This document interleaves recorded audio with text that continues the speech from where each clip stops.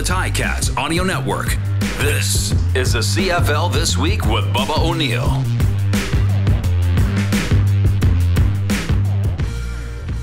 The Redblacks and Roughriders roll the dice on third down. Was it all business for the Blue Bombers as they blow out the Lions? Would moving the goalposts increase touchdowns? And undefeated no longer are the Argos as another quarterback is injured. This is the CFL This Week on the Ticats Audio Network. I'm your host and traffic cop for this terrific crew. Thanks for checking in. Hey, you're locked to the 3 Down podcast that offers unfiltered facts and opinions and stats from the top broadcasters and columnists in the country. So let me introduce our trio here. Now, I'm not sure if there's a play-by-play announcer who had more fun last week from 680 CJOB in Winnipeg. He's the voice of the Bombers, Derek Taylor. Thanks for joining us, bud. Deep on a Lawler touchdown. Yeah, it was pretty good. Hey, now this fella has delivered more high drama fourth quarter calls than anyone else so far this year. From TSN 1200 in Ottawa, the voice of the Redblacks, Jakubec. Yeah, always great to be here. It's been a wild month, that's for sure. And with all due respect, he is the veteran of the bunch. Not, saying anything there, Mark. But he's called more games than anyone else in the league from 770 CHQR in Calgary. Hall of Famer Mark Steven, thanks for checking in. Good morning. Looking forward to a great talk. Right on. Let's get to work, guys. Hey, no less than 3 controversial 3-down decisions were made in the final 5 minutes of the fourth quarter. My Riders head coach Craig Dickinson and Bob Dice of the Redblacks. I'm going to throw it right to you, AJ. You were on the call. Which was the most shocking to you? So honestly, I don't think any of them were all that shocking. Here's the thing. To me, you can't dislike all 3. If you dislike all 3, it's because all 3 failed. You're doing it in hindsight. So if you don't like the fact that Bob Dice didn't go for the yard on 3rd and 1 or 3rd and goal from the 1, then to me, you can't like the fact, you can't change the way you look at that. For example, when they decided to go for a touchdown a little bit earlier and then decided to go for it on 3rd and a yard and a half from an Ottawa perspective. That's the way I view it.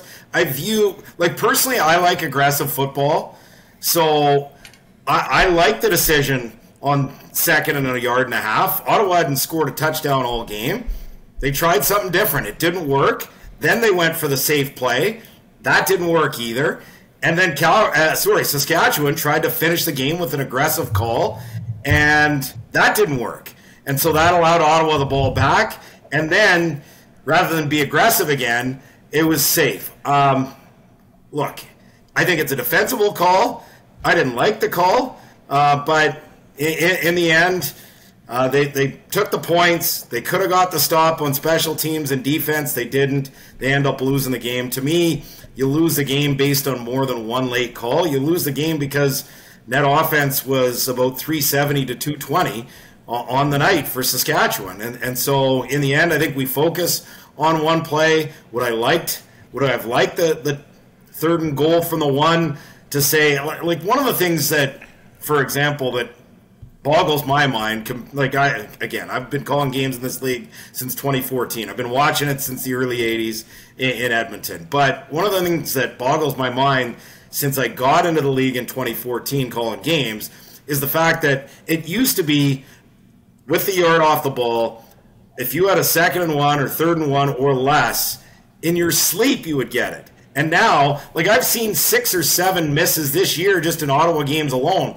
Probably 3 stops by the defense and 3 or 4 stops that the offense hasn't had. So I don't know why teams can't get a yard in their sleep. I don't know why Saskatchewan couldn't get that 3rd down conversion late to almost finish the game off. But I'm sure that was probably going through Bob Dice's mind that, look, we tried something aggressive before. It didn't work.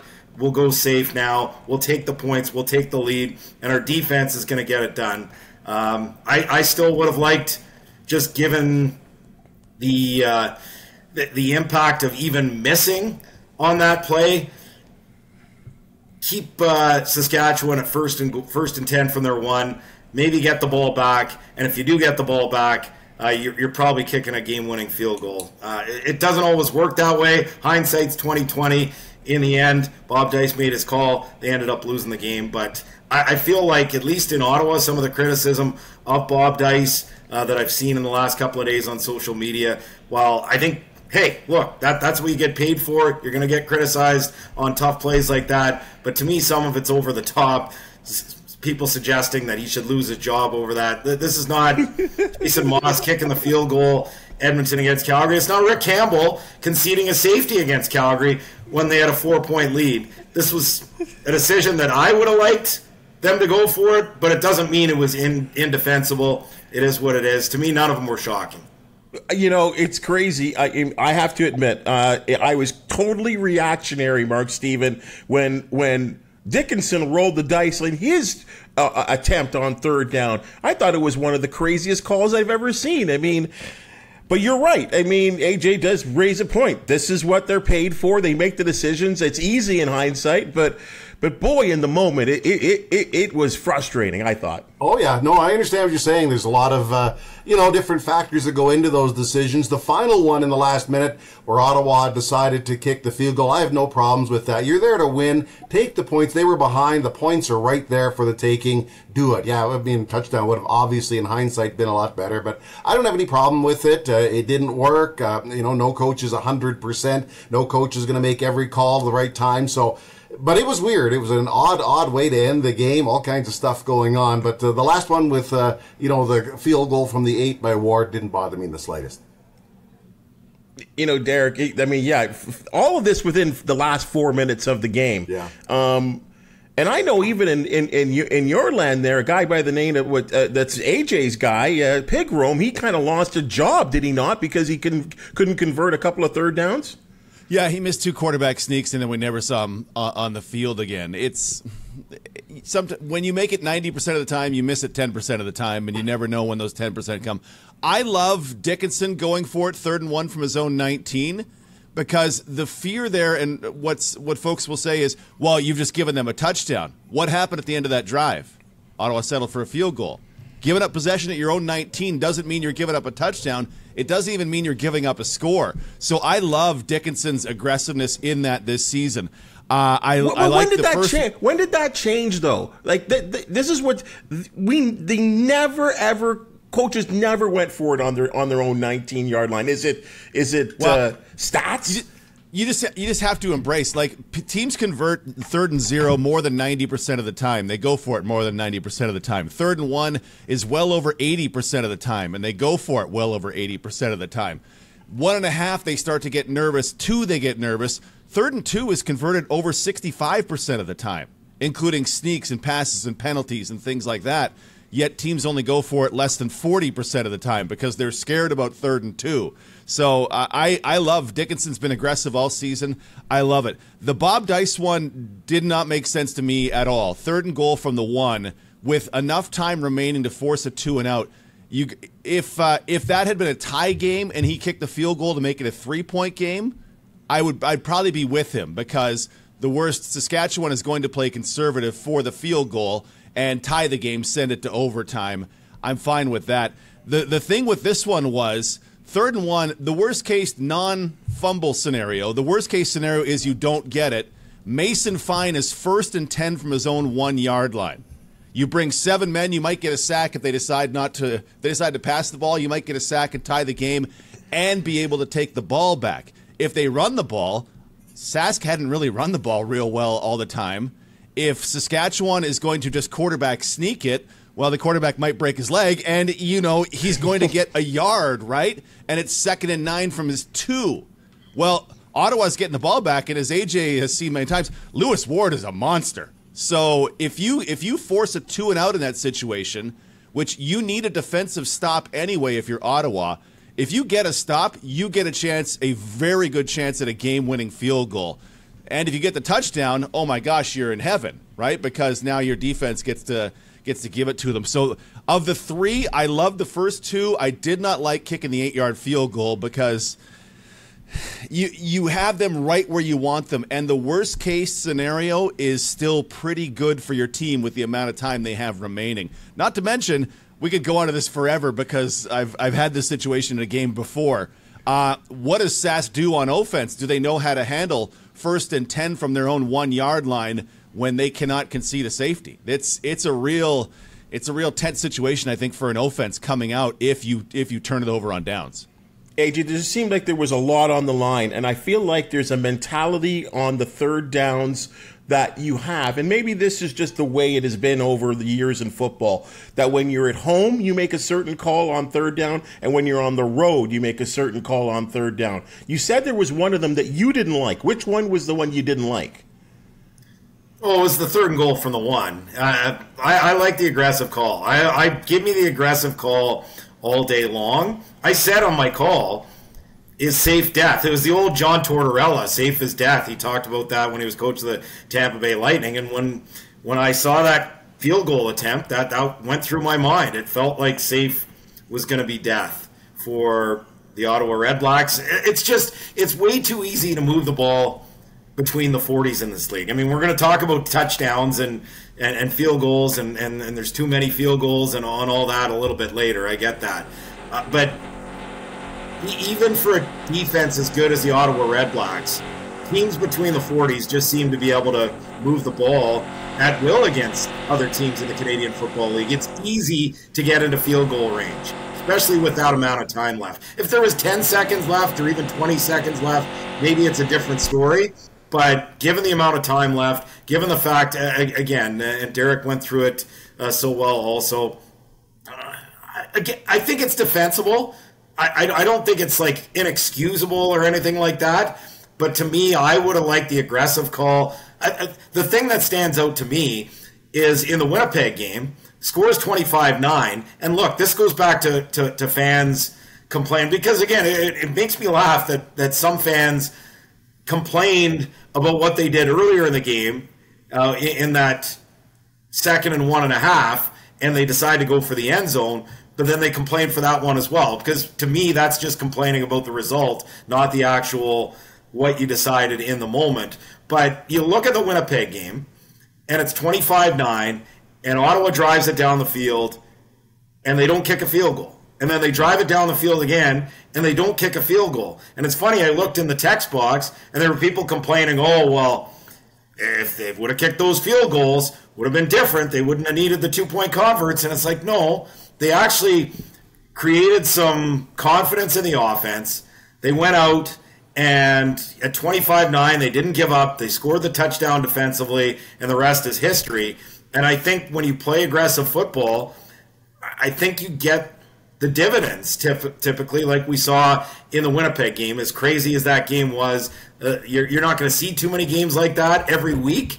But I think the fact that he put confidence in his offense gave confidence not just to the offense, but to the entire team. And I think when you play not to lose, and that's essentially what they did, I think your team handles it a little bit differently. And so, look, it's something that you move on from. I don't think there's any doubt that this team still fully believes in Bob Dice and his ability to call a football game. And I like the fact, even though fans probably don't like the fact that he's still doubling down on his decision publicly in the media, I like the fact that he's still taking the blame because he doesn't like what he did on the kickoff, kicking it to Mario Alford when he could have kicked to the other side. So he's still taking accountability, and I think that goes a long way in that locker room. They still believe in him 100%, and we'll see how they respond this week against Toronto.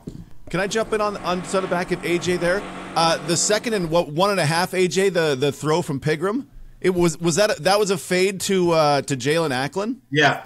So what Winnipeg will do, what BC will do with Lucky Whitehead is, what I would love better is you take your guy and you put him in the slot.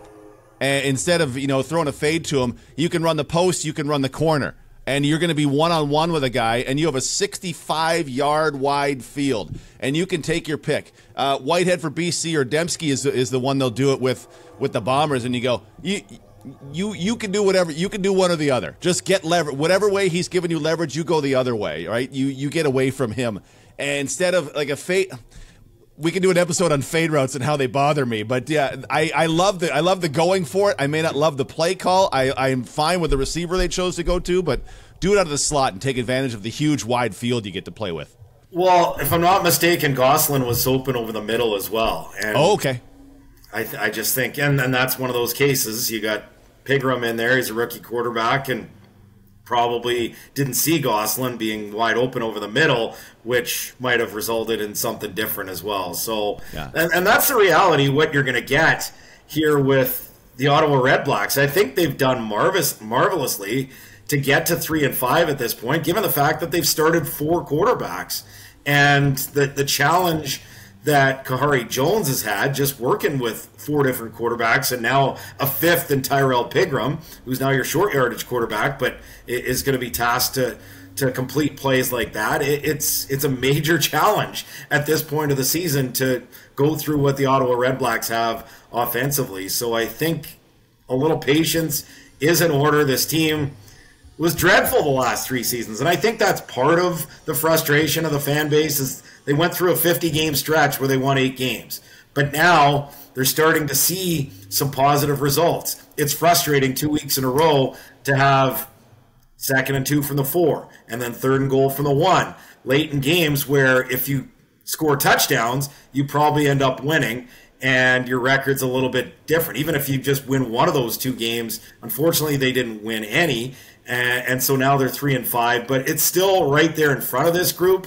And look, it's going to be the same thing with Trey Ford. There's going to be ups and downs. When you've got a young quarterback, you're going to deal with some pitfalls. It's not going to be a straight line in terms of the development. And right now they're going through a bit of a roller coaster with that. But for me to see this team at 3-5 and competitive, 8 games into the season with their 4th quarterback starting games, I think is a positive. And we'll see how the second half of the season looks. Last one to you on this. Why they went for it, though, the back. Sorry. I'm just saying, last one to you there, Mark, on this. We could go on and on forever on 3rd down decisions, but just, I mean, from a Calgary perspective, you're watching carefully because you're so tight with the Roughriders. I don't know, was this whole thing frustrating to you? I don't know, frustrating is the right word, or just entertaining, just the way it worked out. I mean, it's tough. Obviously, the Stampeders have also had 2 overtime games. They lost 2. Those were frustrating, too, to see. But, just back to it, AJ touched on it. The Redblacks have been terrible for the last 3 years. Ever since Calgary and Ottawa met for the 2018 Grey Cup, the Redblacks kind of fell off the table for 3 years there. The Stamps have been good, not great, but... so they're desperate to put wins in, and if it means, a field goal late in the game to secure a win, I didn't have a problem with the call at all, because with that background, people, I assume, are tired of hearing about next week and how we're getting better. Be better. Okay. Now, the Bombers, all the week in their preparation for the BC Lions, said, no, revenge, retribution. It has nothing to do with it. Yet they drop a 50-burger on the Lions. Caleros is not pulled till the 4-minute mark of the 4th quarter. Derek, you called the game. Was revenge and retribution a factor in this contest? Be honest. I honestly don't think it was, but I can't figure out why Caleros was in that game in the 4th quarter at all. Doug Brown and I were talking about it on the broadcast. Doug had said, yeah, I wouldn't finish this drive that started in the 3rd quarter, but then he should be done, because what have we seen in the CFL this year? Quarterbacks get hurt. AJ's calling games. Quarterback gets hurt. They find a quarterback. He immediately gets hurt. The star comes back. He immediately gets hurt, and now they're on to their 4th guy. Mark and I, bless us, we're on our 1st quarterbacks, and that's so much easier that way. It was shocking to see Zach still in there, and I don't think revenge was necessarily on their mind. Maybe protection wise they went, oh yeah, by the way, did you call Matthew Betts' name at all? No, you didn't. Oh, okay, we're good. Yeah, it was just, it's so strange. I want to go back at some point and find out what game they lose the first one by 24, they win the second one by 36. A 60-point flip in a 2-game series is, I imagine only in the CFL does something like that happen. It's bonkers. But they kept swearing, no, we're not even thinking about week 3. We'll take lessons. I took lessons from it 5 weeks ago. La la la. It's hard to think that Buck Pierce, the offensive coordinator, and all the offensive line and all that defensive line didn't want to send a message back to BC about, hey, we'll see you October 6th for first place. You know, Mark, to be honest, after BC won that game, they did a lot of talking. Like, let's be honest, they did a lot of talking. They said they were the beasts. They were the guys. There's a new sheriff in town. And there was even conversation around the CFL that, you know what, the Bombers are getting older, and the demise, I guess, certainly wasn't as quick as some people would like to think. I think obviously there was an element of redemption or whatever the word is, but I just think also it was a very good team. Winnipeg, coming off a bye week, they had a chance to fix a few things, and they certainly had a great game plan. They worked that BC secondary very thoroughly over. So I think, you know, Winnipeg just went back to the top where they are, and have they lost games? Yes. Are they getting older? Yes. But they're still the favorite in my mind. You know, AJ, the shots of Ryan Phillips on the sidelines, he was completely annoyed with what he was seeing. Probably more so with the play of his secondary. Did this one surprise you? I mean, it was really built up as the game of the year. Yeah, it didn't. I thought Winnipeg's a proud team. The thing about the Canadian Football League and football in general, you're always going to have a couple of stinkers over the course of the season. And how do you respond to those? And when you've got the championship DNA that Winnipeg's got, I wasn't surprised in the least. Was I surprised in the scoreline? Yes. But especially, and Dane Evans has been excellent as a number 2, but I still think that team goes as Vernon Adams leads them, at least offensively. The BC defense, that's where it really surprised me, was that they put up 50, just given how good the BC defense has been, and certainly that was a factor in the first game. As far as the revenge factor goes, here's what I know. I think, and Derek's around it, so he would have a better handle on just being around that group on a daily basis. But I do think if you're a championship team like that, you're probably not focusing on revenge. You're focusing on just your own team, what you need to do better, and just going out and playing better football. And I think there's part of that. That being said, I know individual athletes, all you have to do is look at The Last Dance. And if you feel slighted in any way, if you have any opportunity to give yourself a little added motivation, whether it's as a group or individually, maybe it wasn't brought up as a group. I'm guessing it probably wasn't brought up as a group, but I'm guessing individually there are a lot of players on that team that were looking for a little bit of payback, and while publicly they wouldn't have said it, I'm sure they were feeling pretty good, especially the way BC was talking after that first game. You know, Derek, let's be honest here. Stanley Bryant may be the best offensive lineman, maybe of all time. Maybe. He has to be a pretty proud man, yet he was shredded after that week 3 loss.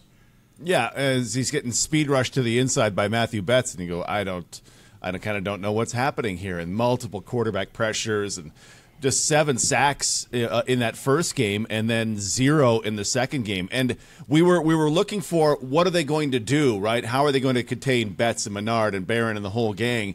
And there wasn't, you know, an excessive amount of 6th offensive linemen. There wasn't a lot of fullback. There wasn't a lot of quick 5-yard stick route, get the ball out of my hands, oh my God. 1st and 15 from their 5, they throw it deep to Lawler, then they throw it deep to Schoen, and they go 105 yards in 2 plays. You go, oh, they're okay. Maybe, and honestly, I haven't broken that game down yet, but I just left that game feeling it was just, yeah, you know what? The offensive line, the guys responsible for protection, just played significantly better than they had 6 weeks prior, because I didn't really see any extra bodies or BC having changed up its way. It just was not there for BC. So Matthew Betts blowing kisses in week number 3 was him getting blown away in week number 9. Let me stick with you, Derek, on this one, because I know you have your feelings here.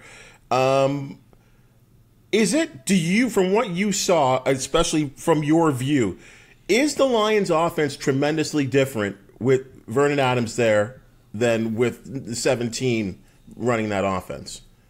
Here's the way I address it in the postgame. I didn't leave the game thinking that Vernon Adams would have done much different in that game, that the result would have been much different. I think Vernon's got a different skill set than Dane. I think Vernon's calmness under pressure would have benefited BC in that game. But in week number 3, Lucky Whitehead was 15 yards open on everybody. Every receiver, Jordan McSimic seemed to run into open space, and Vernon would put the ball there, and okay, well, there's nothing. There's nothing that seems like this is exactly what seems like should be happening. I guess is what I'm going for. Vernon's not the same scrambler he used to be. Evans is able to. They're a little closer in scrambling than he would have been earlier in their career, in my mind. But Vernon's not a more accurate passer than Dane Evans. I don't know that he's a significantly better decision maker, but Dane will crack under pressure in my mind. And the first play from scrimmage, Willie Jefferson is supermaning through the A gap and smashing Dane Evans, and we thought, yeah, it's probably going to be that kind of night for Evans. I'm curious what would have happened had he not injured. I think it was his ribs in that game, how it would have been. But once they went to Dominic Davis, just that game was just over at that point.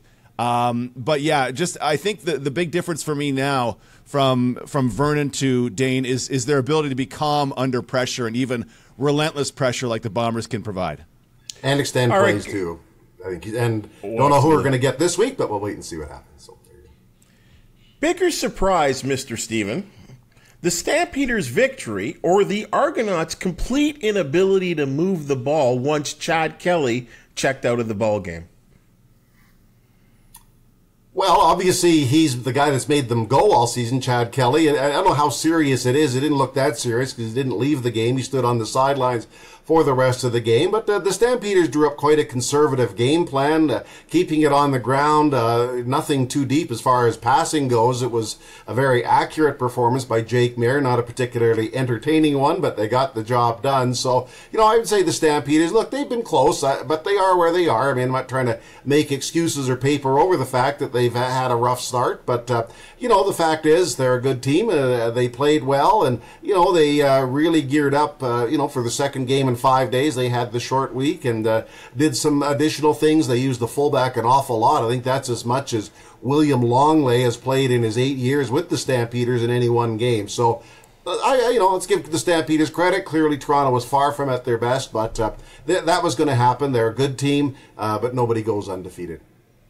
AJ, when you look at that Calgary team, very much like we were just talking about with the Bombers there in their Week 3 loss to the Lions, just a lot of people saying, the two decades of dominance are over. And yes, I understand that your record is your record, but maybe we're underselling the Stampeders a little bit, maybe? Yeah, actually, and I don't claim to have a great record picking CFL games every week. I don't keep a running tab of it, but it's not tremendous. I had the Stampeders winning. I just felt that was better than a 2-5 football team. And I figured Toronto, the thing that I watched the week before against Toronto, and their defense and their special teams really looked good, but offensively they didn't really do much against Saskatchewan. They didn't have to because defense and special teams got the job done. The thing that worried me about Toronto watching them in the preseason was their quarterback play beyond Chad Kelly. I saw them firsthand in Guelph in preseason play, and that's where both Tyree Adams and Dustin Crum looked really, really good, and you thought, okay, is Ottawa going to keep 4 quarterbacks here? And sure enough, they made the right decision, not just because of the play of those two, but certainly when you look at injury situations, it certainly worked out for the best. But I was underwhelmed by what I saw in preseason from the Argos backups. So doesn't mean, look, these are guys that are pretty new to the Canadian Football League, and we'll see if Chad Kelly can go this week against Ottawa, and if not, maybe decent opportunity for an upset for the Ottawa Redblacks, because we've seen in this league, we've seen it in Hamilton, the difference between having your starting quarterback and once you start to go down that depth chart and go to number 2 and number 3, Saskatchewan's wins dropped off. Hamilton's wins dropped off. Certainly Ottawa's had some challenges at this point in time, and BC has looked like a different team as well without their number one. So when you're without your starting quarterback, it makes a big difference, and in particular in Toronto, where they just didn't have any veteran help back there. I'm not surprised that once Kelly got punted from that game, that they weren't able to have any success. Yeah, they didn't move the ball at all. Just like you say, an inexperienced quarterback trying to jump into the middle of the game. That's tough for any quarterback under any circumstance. And he looked like a guy with very little experience. Yeah, Derek, I know you really analyze that quarterback position, and I guess Cameron Dukes has got a lot to learn in this league if he's got to play again.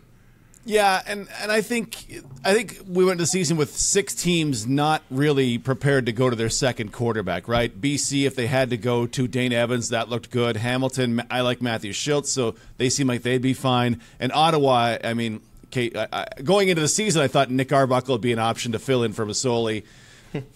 Maybe not as much, but 6 other teams were like, oh, we're in a lot of trouble. The Bombers, trouble. Sask is I mean, they won a game, but they're seeing trouble now because the drop from what Trevor Harris was doing to Mason Fine is substantial. Edmonton's trouble across the board. Montreal, the fall from Fajardo to Caleb Evans. Most teams, I think, would be in big trouble if they have to go away from their starting quarterback. So you just kind of pray he's healthy and do what you can to keep him healthy. And that Ottawa won 2 games with its 4th quarterback, for crying out loud. That is unbelievable to me.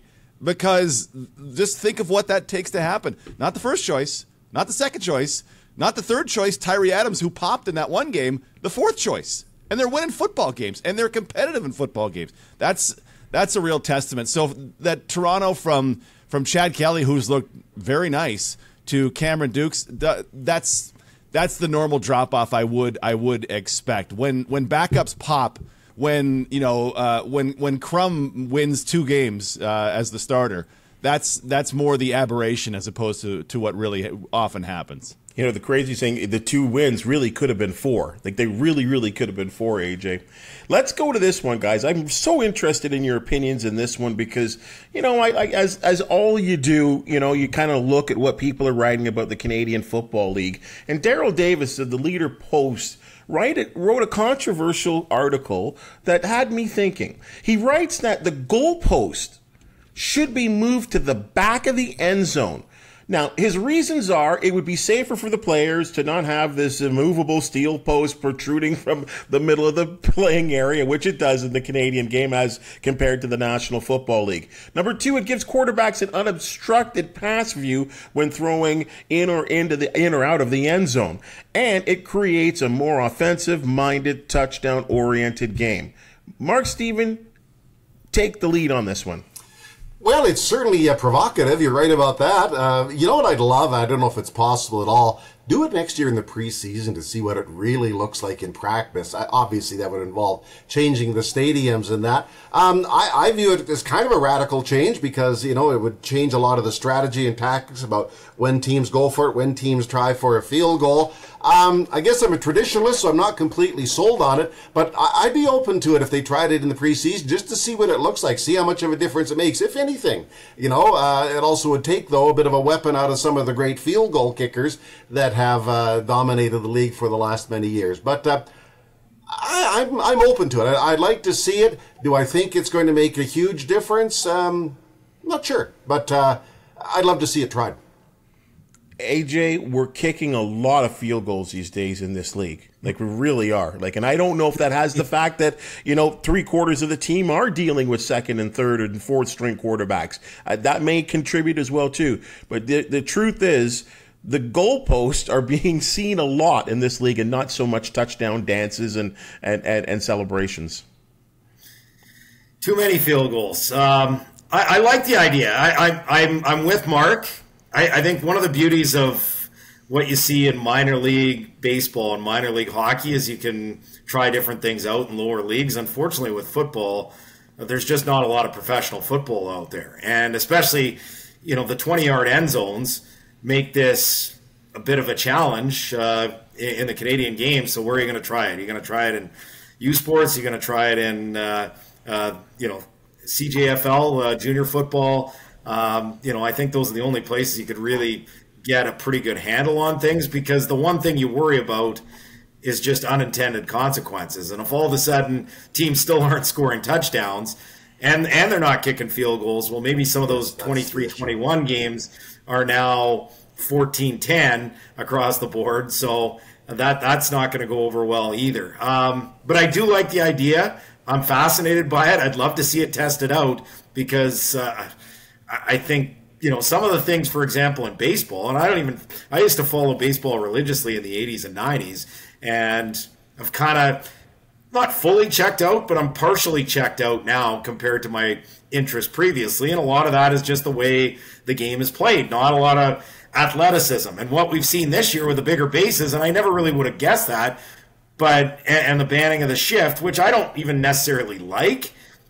And I know I'm going off topic here, but we've seen a lot more athleticism. We've seen a lot of younger teams like the Reds and the Orioles that maybe were built a little bit differently having a lot more success, because guess what? They're younger, they're more athletic, and they're taking advantage of the new rules. The games are shorter, the games are more exciting, and you look at attendance across the board, and it's way up across Major League Baseball. So, but they tried these things out, a lot of the different things, the pitch clock, for example, in the minor leagues. So you'd love to see it tried out somewhere else, but I'm intrigued by it for sure. I don't think it's a terrible idea.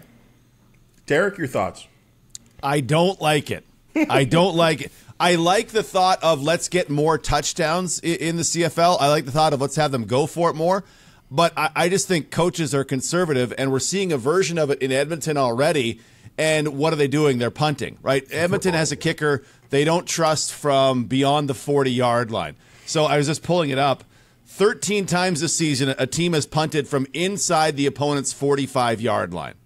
Edmonton's doing it regularly because, 3rd and 2, we're gonna play field position instead of trying for the field goal. And to me, that's just what this would be. We now have teams punting from the plus 40, which will just hurt. Well, it's 3rd and 7. We can't try this field goal. We're not going to go for it. Let's punt. And to me, it would just be more punting. And I don't need more punting. As great as the punting game is this year, and as the Aussie kickers bring these new punts in, I just think coaches are still going to be conservative. They're not going to become aggressive because the goalpost is in the back of the end zone now and field goals are longer. It's going to be a punt fest, and I don't want to see that.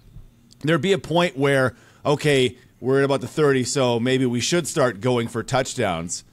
But coaches are still conservative. The 4th down revolution in the NFL has not yet become the 3rd down revolution in the CFL. Coaches are still conservative, and this would do nothing to help that. Not to mention, any Bomber fan wants the goalpost in the front of the end zone because of the 2019 West Final. So I'm just saying, if you move it, the folks at IG Field are burning this thing down.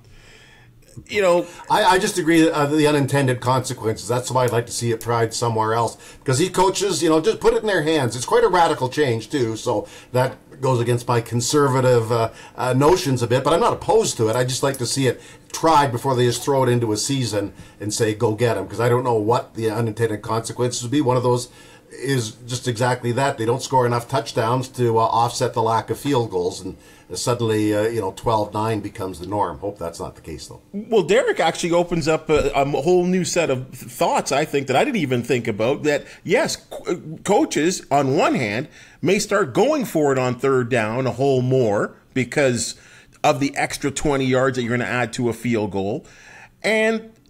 But in a certain kind of way, isn't that what we want in the Canadian Football League? The fact that we have kick returns, we have punt returns, the most exciting play in any football, NFL or CFL, is either a missed return, a field goal for a return by a player, or a punt return, or a kickoff return. AJ, I love that play, and I think we might see more of it. Yeah, here's the problem, and I know, when you talk about more punts, yeah, I mean, some people certainly look at more opportunities for punt returns. A lot of the people that I talk to that are maybe down on the CFL, that's one of the first things they talk about. It's too many punts.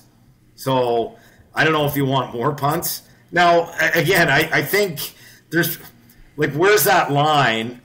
Most teams, like Edmonton, I get it. They're a bit of an anomaly in a lot of different ways in this league, and I say that as a guy that grew up going to games at Commonwealth Stadium. It's sad to see how far they have fallen, but it would be interesting to see, especially in that, I don't know, 25 to 30. Like, if you're 3rd and 7, which, you know, that's not a gimme for sure. Like, 3rd and long, I think a lot of coaches would be certainly averse to going for it in that situation a lot. But if you're 3rd and 7 from, say, the 25-yard line, I think you're going for it, right? I mean, what's the benefit of punting and trying to angle it inside? Because if you screw it up, they're going to get the ball in a better spot potentially than where you left it off. And you might get the single point. Like, I mean, can you imagine some of the different things? I mean, Chris Jones punting from the 23-yard line, and they essentially give up 17 yards and get a single point. That would feel kind of the opposite, almost going full circle of them conceding that late single point by CJ Sims earlier this year. I'm in general cautious. I'd like to do it. If they do think of something like that, do it cautiously. But I like to see it in practice because, like you say, with people just decide to punt rather than go for it. You know, these guys are paid to win. A lot of them will lean to the conservative side. Sorry, Derek, we missed you. I was muted as I was making my great point there. I wonder, honestly, the unintended consequence, how many teams would immediately go to the onside punt from the plus 30 and go, oh, you know what, I'm going to hang this in the air. And I think it's a neat play every once in a while, but if I start seeing that 3 times a game, I'm going to pull my hair out because it's just it's now the rugby roots have come back too hard. But that would be if you thought, okay, we don't want to try a 57-yard field goal, we don't want to punt. We're going to try a little onside action here. It would be that would to me would be the next step in this of well, I don't want to do any other stuff. Me DT. What's that? All of a sudden, I'm down. I want to see more onside punts. They're so much fun when you see them regularly. But, yeah, I just go back to the not having confidence in getting away from conservatism. I wondered, this is one that struck me. When the Bombers, Justin Medlock, retired, I thought, oh, they're going to have, like, Medlock to me is the best kicker in the history of the CFL. I thought, okay, they're going to have a kicker who's not as good. I wonder if it will make them more aggressive. And it changed nothing in their aggressiveness. They just did the same things. They punted when they would have let Medlock kick a 58-yarder. So I want more aggression. I want more risk taking because the game's more fun that way. And yeah, I love Daryl's out of the box thinking. Daryl Davis, great longtime observer of the CFL, but just not there. I don't know. Mark, how many onside punts do you call in this season? Like none? 0.5? That's 0.25. Yeah, it's very much 3 a game would be pretty. It would be something, eh? Yeah, it's pretty radical change. That's why I'd like to see it massaged and at least examined without just ripping a page out of the rule book and putting in a new page the next year. Again, guys, another outstanding lineup of games going into, I guess, week 9 now? Bombers at Elks. Yee. Riders at Alouettes. Stampeders at Lions. Redblacks at Argos. Mark Steven, the game of the week is... Yeah, some of them have trying to figure out which one has the most playoff and standings implications there.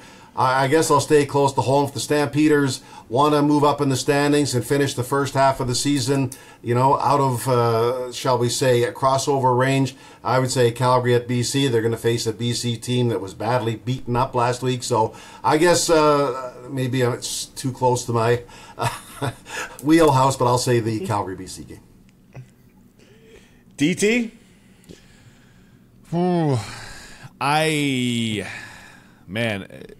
just know Winnipeg-Edmonton isn't going to be Winnipeg putting up 60, so I don't know if I'm looking forward to the 24-12 showdown that'll be. Oh, you know what? Let's go with that one, and I'm fairly biased, but how do the Bombers follow up putting 50 on BC? And what does this new look Edmonton look like? I mean... I want for better for the Elks and Elks fans. I want for better for Trey Ford.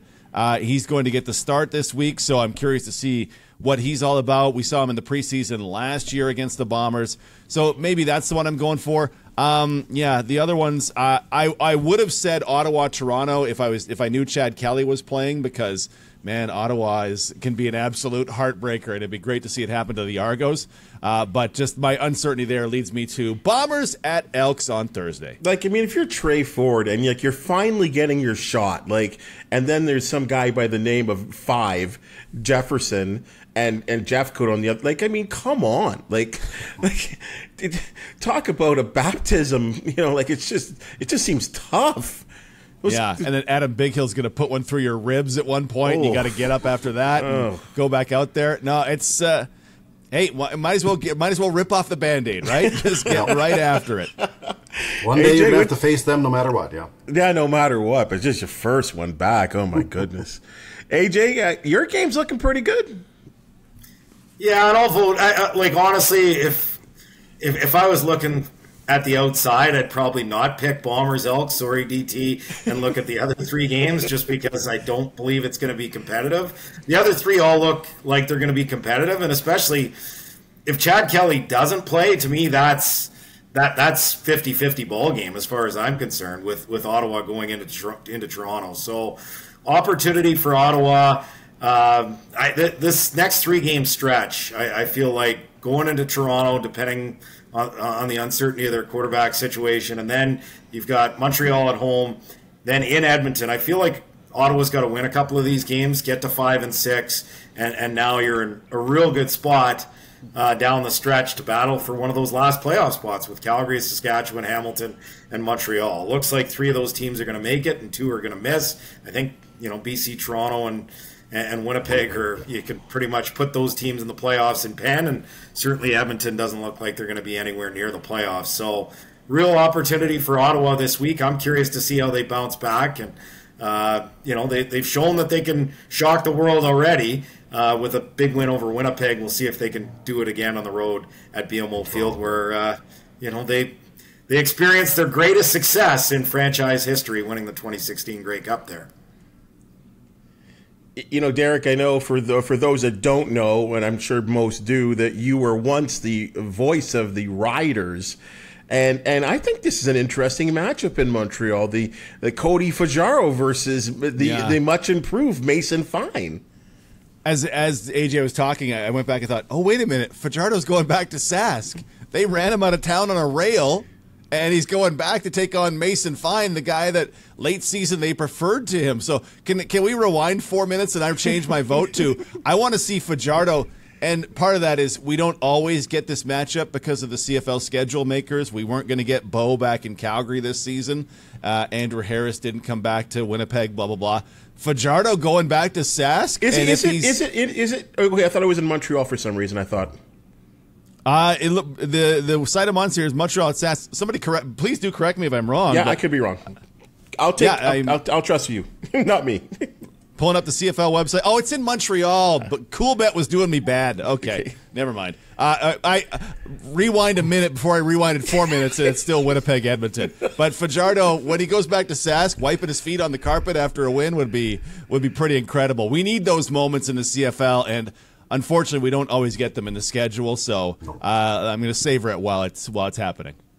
Well, guys, it's been a wonderful moment here on the CFL this week. You three, again, outstanding opinions and excellence in all the topics that we kind of went through. And as we always like to do, I know a lot of our fans out there, sometimes they like to shout out at you, good things or bad things. Mark, where are they going to find you in Calgary? Well, we're on AM 770 CHQR. We'll have the game on the weekend, beginning at 3:30 with our pregame show. Kickoff at 5. This is the middle of a huge month for Calgary, with first Toronto, in Vancouver, Winnipeg in Calgary, then in Toronto. So their season, the balance is right here, right in front of them right now. AJ?